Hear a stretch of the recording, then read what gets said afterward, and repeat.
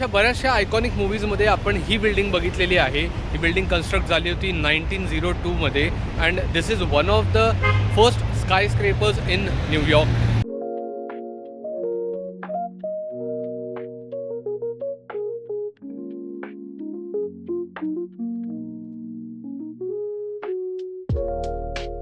Complete steel स्ट्रक्चरवर बांधलेली ही बिल्डिंग एक नॅशनल हिस्टॉरिक लँडमार्क आहे न्यूयॉर्कचा.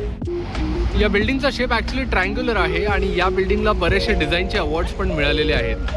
न्यूयॉर्कच्या आर्किटेक्चरची एक खासियत आहे की इथे जेवढे आर्किटेक्चरल लँडमार्क्स आहेत किंवा मग हिस्टॉरिकल लँडमार्क्स आहेत और जे प्रायव्हेटली ओन्ड और प्रायव्हेटली मॅनेज्ड जेवढे जागा आहेत, बिल्डिंग्स आहेत, तर याचं कंप्लीट सर्व्हिसिंग हे प्रायव्हेट एजन्सीज करतात.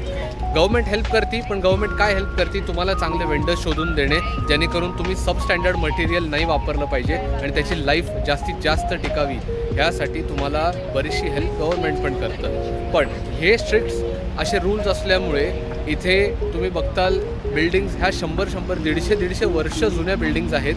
Eight they add up to the aesthetic value of the city.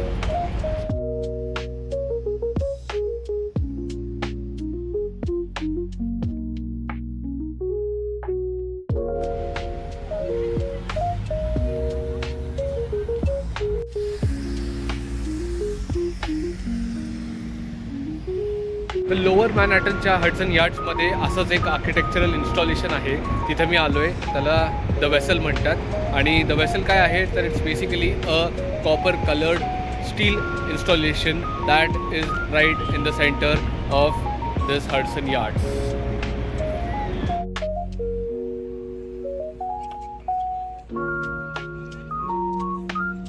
या आर्किटेक्चरल लँडमार्कमध्ये 154 स्टेअरवेज आहेत, 2500 स्टेप्स आहेत आणि 80 पॅनोरामिक व्ह्यूइंग डेक्स आहेत. म्हणजे तुम्हाला approximately there are 80 views that you get if you climb this. ते 80 पॅनोरामिक व्ह्यूज दाखवणं तर थोडं अवघड आहे, पण मी तुम्हाला काही व्ह्यू दाखवतो जे या डेकवरनं मिळू शकतात.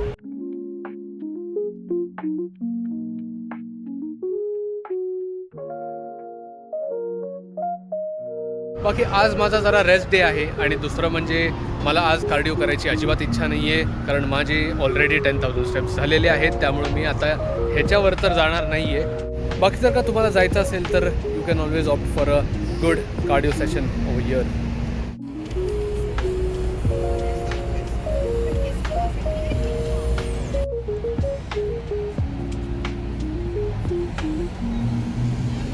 हडसन यार्ड्समध्ये एक इंजिनिअरिंग मार्वल आहे द स्पायरल नावाचा. तर ही कमर्शियल कॉम्प्लेक्स अशी डिझाईन केलेली आहे की every floor has a garden attach to it and the garden actually spirals around the building. If you see closely तर every floor is connected by a garden that is spiraling around the building and it is interconnected to each of the floor.